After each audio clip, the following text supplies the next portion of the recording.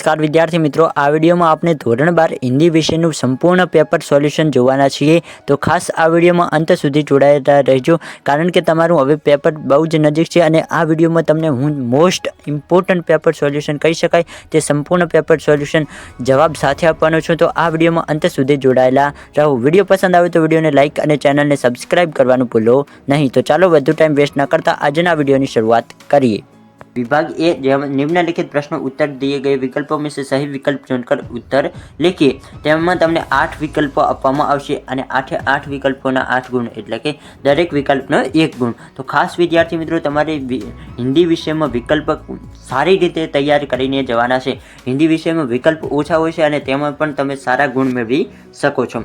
तो विद्यार्थी मित्रों, विकल्प नंबर 1 नमक विभाग के दारोगा के पद पर किसकी नियुक्ति हुई थी? तो कौन आवश्य? तो कि बंसीधर. प्रश्न नंबर 2 है कि अकेली कहानी की लेखिका का क्या नाम है? तो તમે આ અકેલી કહાની ભણ્યા હોય તો તમને ખબર હોય કે અકેલી કહાનીના જે લેખિકા છે તેમનું નામ શું છે? તો કે મનુ ભંડારી. શું નામ છે? મનુ ભંડારી.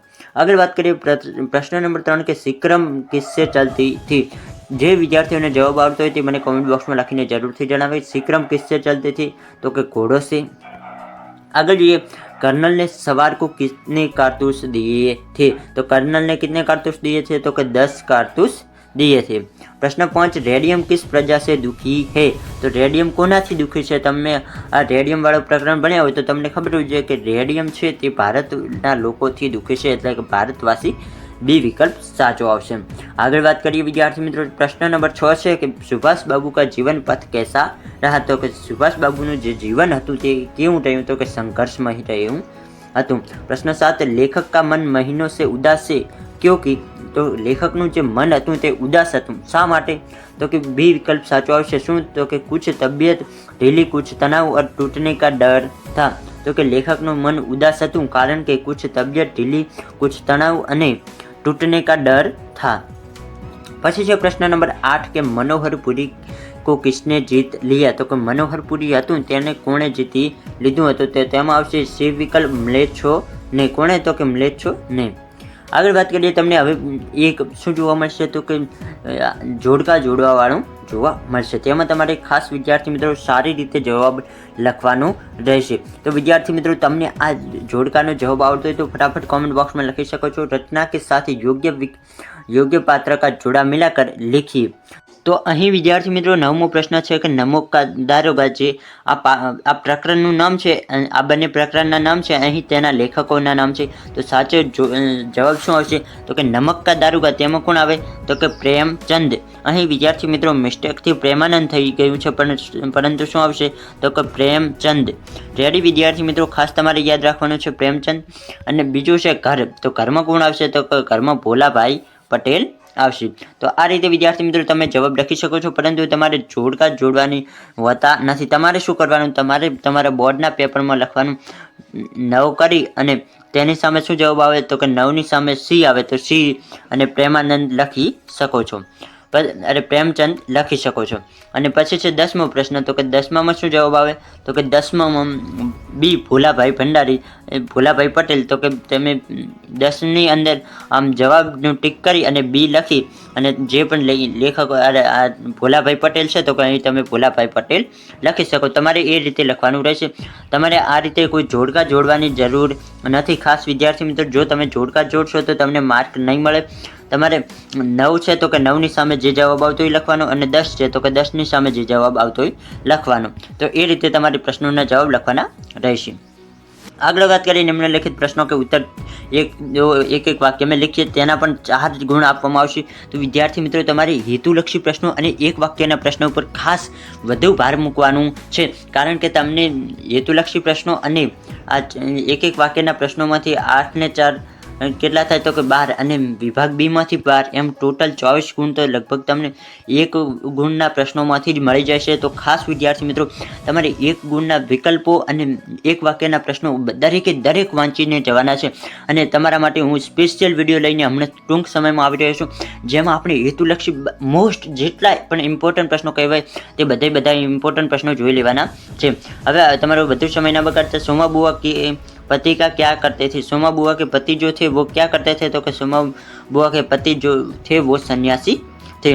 प्रश्न 12, गांव का पुश्तैनी घर बंद क्यों रहता था? तो घर के सभी लोग गांव से शहर में स्थायी हो गए थे, इसलिए गांव का पुश्तैनी घर बंद रहता था। प्रश्न 13 है कि सुभाष बाबू का किससे संघर्ष हुआ? तो कि सुभाष बाबूનો કોનાથી સંઘર્ષ થયો? તો કે બ્રિટન की अंग्रेज सरकार से તેમનો સંઘર્ષ થયો હતો। प्रश्न 14 है कि लेखक क्या भूलना चाहता है? तो कि लेखक अपना जन्मदिन भूलना चाहता है। प्रश्न आगे है कि निम्नलिखित में से किन्हीं 3 उत्तर 2-3 वाक्यों में लिखिए। तो कि कोई पण तमारे અહીં 3 પ્રશ્નોના જવાબ લખવાના રહેશે અને આ દરેક પ્રશ્નોના 2 ગુણ તમને અહીં આપવામાં આવશે, એટલે કે 3 પ્રશ્નોના સાચા જવાબ લખો એટલે કે 6 ગુણ થઈ જાય। तो તેમાં આપણે મોસ્ટ ઇમ્પોર્ટન્ટ પ્રશ્ન લીધો છે કે લેખક કા પુરાના ઘર कैसे बनाया गया था? તો કે જો તમે ઘરવાળો પ્રકરણ ભણ્યા હોય તો તમને ખબર હોય કે લેખકનું ઘર કઈ રીતે બનાવવામાં આવ્યું હતું। જો તમને જવાબ યાદ ના હોય તો અત્યારે તમે ધ્યાનપૂર્વક સાંભળી લેજો। लेखक का पुराना घर उनके पिता ने मिट्टी के कमरे के स्थान पर ईंट गारे से पक्का मकान बनाया था। मकान बनाने के लिए वे बैलगाड़ी से ईंटें लाए थे और गारे के लिए तालाब से चिकनी मिट्टी खोद कर लाए थे। लेखक की माँ ने सहती तक गारे के तसले चढ़ाए थे। इस तरह लेखक के माता पिता ने गांव के घर को स्वयं मेहनत करके अपने हाथों से बनाया था। तो आटलो जवाब તમે લખી શકો છો કે लेखक का पुराना घर कैसे बनाया गया था। પછી જે પ્રશ્ન નંબર 16, तो कि अनंत शून्य में रेडियम की स्थिति क्या थी? तो कि रेडियम अनंत शून्य में अकेला और निराधार था। वह अनंत शून्य में बहुत वर्षों तक इधर उधर घूमता रहा था। પછી છે પ્રશ્ન નંબર 17 કે લેખક अपना जन्मदिन क्यों छिपाता है? तो लेखक શા માટે પોતાનો જન્મદિન છુપાવે છે? तो તેમાં તમારે લખવાનું કે લેખક नहीं चाहता कि लोग उसका जन्मदिन मनाए और उसका अभिनंदन करें, इसलिए लेखक अपना जन्मदिन छिपाता है। હવે જોઈએ નિમ્નલિખિત પ્રશ્નો કા ઉત્તર 7-8 વાક્યો में लिखिए। એ તમને 5 માર્કનો એક પ્રશ્ન હશે। તમારે અહીં વિદ્યાર્થી મિત્રો તમને 2 પ્રશ્નો જોવા મળશે, પરંતુ તમે એ બંને પ્રશ્નોમાંથી કોઈ પણ એક પ્રશ્નનો જવાબ લખી શકો। તમને જે પણ પ્રશ્ન વધુ આવડતો હોય, સારી રીતે આવડતો હોય તે પ્રશ્નનો જવાબ તમારે લખવાનો રહેશે। હું અહીં તમને જે 2 મોસ્ટ ઇમ્પોર્ટન્ટ પ્રશ્નો લીધા છે તે બંને પ્રશ્નોના જવાબ કહી દઉં છું। સોમાબુઆ કા ચરિત્ર लिखिए। તો આ પ્રશ્ન પૂછાય તો તમે તેમના વિશે શું લખી શકો તેના વિશે અહીં માહિતી આપવાનો પ્રયત્ન કરીશ। सोमाबुआ बड़ी जीवंत महिला है। जवान पुत्र की मृत्यु के सदमे से पति घर बार छोड़कर सन्यासी हो गए, पर सोमाबुआ ने किसी तरह वह दुख झेल लिया। 20 वर्ष से वह अकेलेपन का मानसिक कष्ट भोग रही है। अकेलेपन की इस असहनीय पीड़ा को वे आसपास रहने वाले लोगों की खुशी अथवा गमी के आयोजनों में बिना बुलाए प्रेम पूर्वक शामिल हो जाती है। केवल शामिल ही नहीं होती, इस प्रकार जी लोड मोड मेहनत करती है जैसे वह उन्हीं को घर का आयोजन हो। कई बार तो सोमाबुआ की कुशलता के कारण ही पड़ोसियों के घर होने वाले आयोजन सफल होते हैं और आयोजकों की मुद्दत होने से बच जाती है। आयोजक उनका आभार मानते हैं और सोमाबुआ को बहुत ही ज़्यादा खुशी मिलती है। आगे એવું આવે છે, પરંતુ અહીં થોડોક ટોંક મિસ્ટેક થવાના કારણે આપણે પૂરો જવાબ લખી શક્યા નથી। તો વધુ પ્રશ્ન તમે એના વિશે થોડુંક વધુમાં ડિટેલમાં લખી શકો છો। આગળ વાત કરીએ। મોસ્ટ ઇમ્પોર્ટન્ટ પ્રશ્ન બીજો છે કે વજીર અલી કંપની વકીલ की હત્યા क्यों की? तो કે જે વજીર અલી હતા તેમણે કંપનીના વકીલ હતા તેમની હત્યા શા માટે કરી? तो कि अंग्रेजी फौज वजीर अली के खौफ खाती थी, इसलिए वजीर अली को अवध की गद्दी से उतारकर उसकी जगह नवाब आसिफ उद्दौला के भाई शहादत अली को बिठा दिया। अंग्रेजों ने वजीर अली को 3 लाख रुपये सालाना वजीरा मुकर्रर करके बनारस भेज दिया। कुछ महीने बाद गवर्नर जनरल ने उसे कोलकाता तलब किया। इस पर वजीर अली को बहुत गुस्सा आया। इसकी शिकायत करने के लिए बनारस में रहने वाले कंपनी के वकील के पास पहुंचा। वकील ने उसकी शिकायत पर ध्यान न देकर उल्टे उसे बहुत बुरा भला सुना दिया। वजीर अली इसे बर्दाश्त न कर पा सका और क्रोध से आकर खजर से उसकी हत्या कर दी। तो જે વકીલ હતો એ વકીલ પાસે આ ગયા, પરંતુ તેમણે સરખી રીતે વકીલે જવાબ ના આપ્યો. એટલા માટે વજીર અલીએ વકીલની હત્યા કરી. તો કે કંપનીના જે વકીલ હતા તેમની વજીર અલીએ શા માટે હત્યા કરી? તો કે વજીર અલીને દુઃખ પહોંચતું હતું, એટલા માટે વજીર અલી આ કંપની વકીલ પાસે ગયા તેમને ન્યાય મેળવવા માટે, પરંતુ તેણે સરખું ધ્યાન ના દીધું અને વજીર અલીને ગુસ્સો આવ્યો તો તેમણે તેમની હત્યા કરી નાખી. इस प्रकार वकील द्वारा अपमानित होने के कारण वजीर अली ने उसकी हत्या की. तो આટલો તમે જવાબ લખી શકો છો. તો અહીં વિદ્યાર્થી મિત્રો આપણે વિભાગ એ નું સંપૂર્ણ સોલ્યુશન જોયું છે. આપણે ટૂંક સમયમાં વિભાગ બી માટેનું પણ સંપૂર્ણ સોલ્યુશન લઈને આવી રહ્યા છે. તો ચેનલને હજી સુધી સબસ્ક્રાઇબ ના કરી હોય તો જલ્દીથી ચેનલને સબસ્ક્રાઇબ કરી નાખો. ફરી મળીએ આવા જ કોઈક નવા વિડીયો સાથે. ત્યાં સુધી આવજો. નમસ્કાર વિદ્યાર્થી મિત્રો, આજના આ વિડીયોમાં આપણે જોવાના છીએ ધોરણ 12 હિન્દી વિષયનું મોસ્ટ આઈએમપી પેપર સોલ્યુશન, જે બોર્ડ પરીક્ષા 2025માં તમને ખૂબ જ ઉપયોગી થશે. તો ખાસ આ વિડીયોને અંત સુધી જરૂરથી જુઓ અને વિડીયો પસંદ આવે તો વિડીયોને લાઇક કરવાનું અને ચેનલને સબસ્ક્રાઇબ કરવાનું ભૂલશો નહીં. તો ચાલો વિદ્યાર્થી મિત્રો, અહીં આપણે વિભાગ બીનું સોલ્યુશન જોવાના છીએ. આ પહેલાં આપણે વિભાગ એનું સંપૂર્ણ સોલ્યુશન જોયું છે. તે વિડીયો તમે ન જોયો હોય તો આ વિડીયો સમાપ્ત થયા બાદ તે વિડીયો પણ તમે જોઈ શકો છો. ડિસ્ક્રિપ્શનમાં એ વિડીયોની લિંક મળી જશે. तो विद्यार्थी मित्रों, सर्वप्रथम तमने निम्नलिखित प्रश्नों उत्तर दिए गए विकल्पों में से सही विकल्प चुनकर उत्तर लिखिए. 8 विकल्पों तमने आपवामां आवशे અને વિભાગ બી ટોટલ કેટલા ગુણનો હશે? તો કે વિભાગ બી ટોટલ 25 ગુણનો હશે અને એમાંથી તમારે 8 ગુણના આ વિકલ્પો હશે.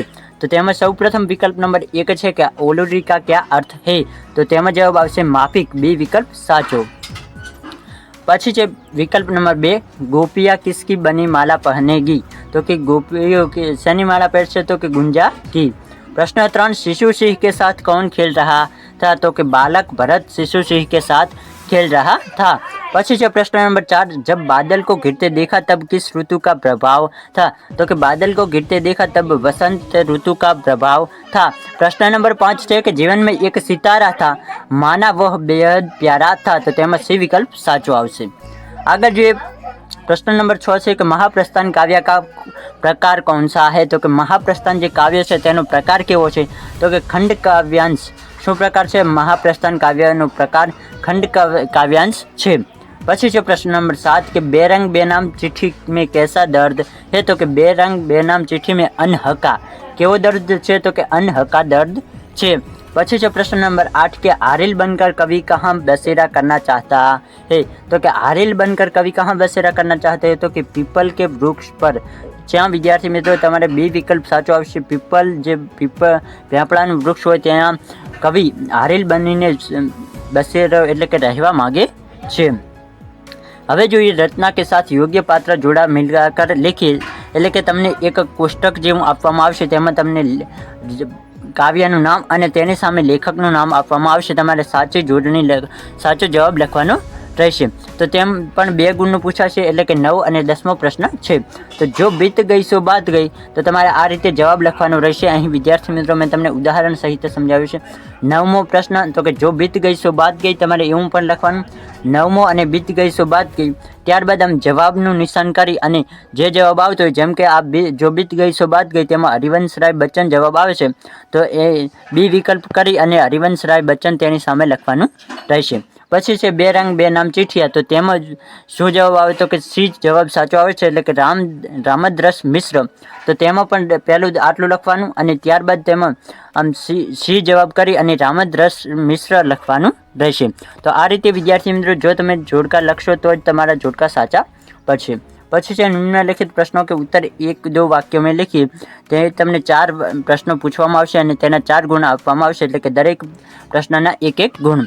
तो विद्यार्थी मित्रों तेमा पण 11मो प्रश्न है कि कृष्ण क्या कर रहे हैं? तो कि कृष्ण होली खेल रहे हैं.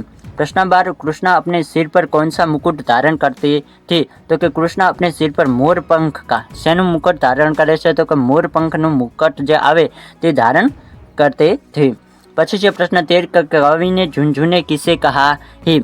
तो कवि ने झुनझुने किसे कहा है? तो कवि ने सभा में आए उन लोगों को झुनझुने कहा है जिनको अपनी बात कहने का मौका नहीं दिया जाता और उन पर अपना निर्णय थोपकर उनका मनचाहा उपयोग किया जाता है. પછી છે 14મો પ્રશ્न કે बेरंग चिट्ठी किसे कहते हैं? तो कि जिस चिट्ठी पर समुचित डाक टिकट ना लगाया गया हो उसे बेरंग चिट्ठी कहते हैं। तो कि जिस चिट्ठी ऊपर જે ચિઠ્ઠી ઉપર સમુચિત ડાક ટિકટ એટલે કે ડાક ઘરનું જે ટિકિટ હોય તે ન લગાવેલું હોય તેને શું કહેવામાં આવે? તો કે ઉસે બેરંગ चिट्ठी कहते हैं। હવે જોઈએ निम्नलिखित प्रश्न में से किन्हीं 3 के उत्तर 2-3 वाक्यों में लिखिए। तो તમારે 3 પ્રશ્નોના ઉત્તર લખવાના રહેશે। અહીં તમને 4 કે 5 પ્રશ્નો આપવામાં આવશે, પરંતુ કોઈ પણ 3 તમને જે પણ પ્રશ્નો આવડતા હોય તેના જવાબ લખવાના રહેશે અને દરેક પ્રશ્નના 2 ગુણ એટલે કે ટોટલ તમને 6 ગુણ અહીં આપવામાં આવશે। અહીં તમારે 2-3 વાક્યમાં જવાબ લખવાના રહેશે। તેમાં છે પ્રશ્ન 15 કે गोपिया कृष्ण की बांसुरी को अपने होठों पर क्यों नहीं रखना चाहती? तो कि गोपियों का मानना है कि कृष्ण बांसुरी के वश में हो गए हैं और वे उनको नहीं चाहते हैं।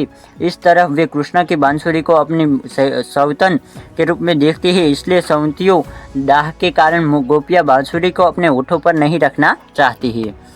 प्रश्न नंबर 16 के बालक ने क्रोधित सिंह से क्या कहा?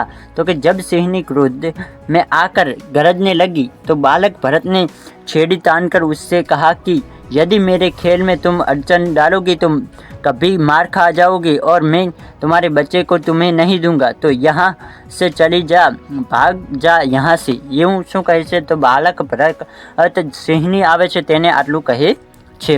પછી છે પ્રશ્ન 17 કે સત્ય की प्राप्ति के बारे में युधिष्ठिर के विचार बताइए। तो તેમાં તમારે જવાબ લખવાનો રહેશે कि सत्य की प्राप्ति के बारे में युधिष्ठिर ने कहा है कि सत्य की प्राप्ति दूसरे से प्रश्न करके नहीं होती, सत्य की प्राप्ति के लिए स्वयं से ही जिज्ञासा करनी होती है। હવે જોઈએ વિદ્યાર્થી મિત્રો નિમ્નલિખિત પ્રશ્ન का 7-8 વાક્યોમાં ઉત્તર લખીએ। તેમાં તમને 2 પ્રશ્નો આપવામાં આવશે, તેમાંથી તમારે કોઈ પણ એક પ્રશ્નનો જવાબ લખવાનો અને તેના તમને 5 ગુણ આપવામાં આવશે। તેમાં પ્રશ્ન નંબર 18 છે કે કૃષ્ણ कैसे होली खेल रहे हैं? તેનો જવાબ જોઈએ તે પહેલાં તમને જણાવી દઉં કે જો તમારે સંપૂર્ણ પેપર સોલ્યુશનની PDF જોઈતી હોય તો આપણી ટેલિગ્રામ ચેનલ છે તેમાં તમને મળી જશે, તો ટેલિગ્રામમાં જોડાવાનું ભૂલશો નહીં। આ સંપૂર્ણ पेपर सॉल्यूशन की PDF तमने ત્યાં મળી જશે।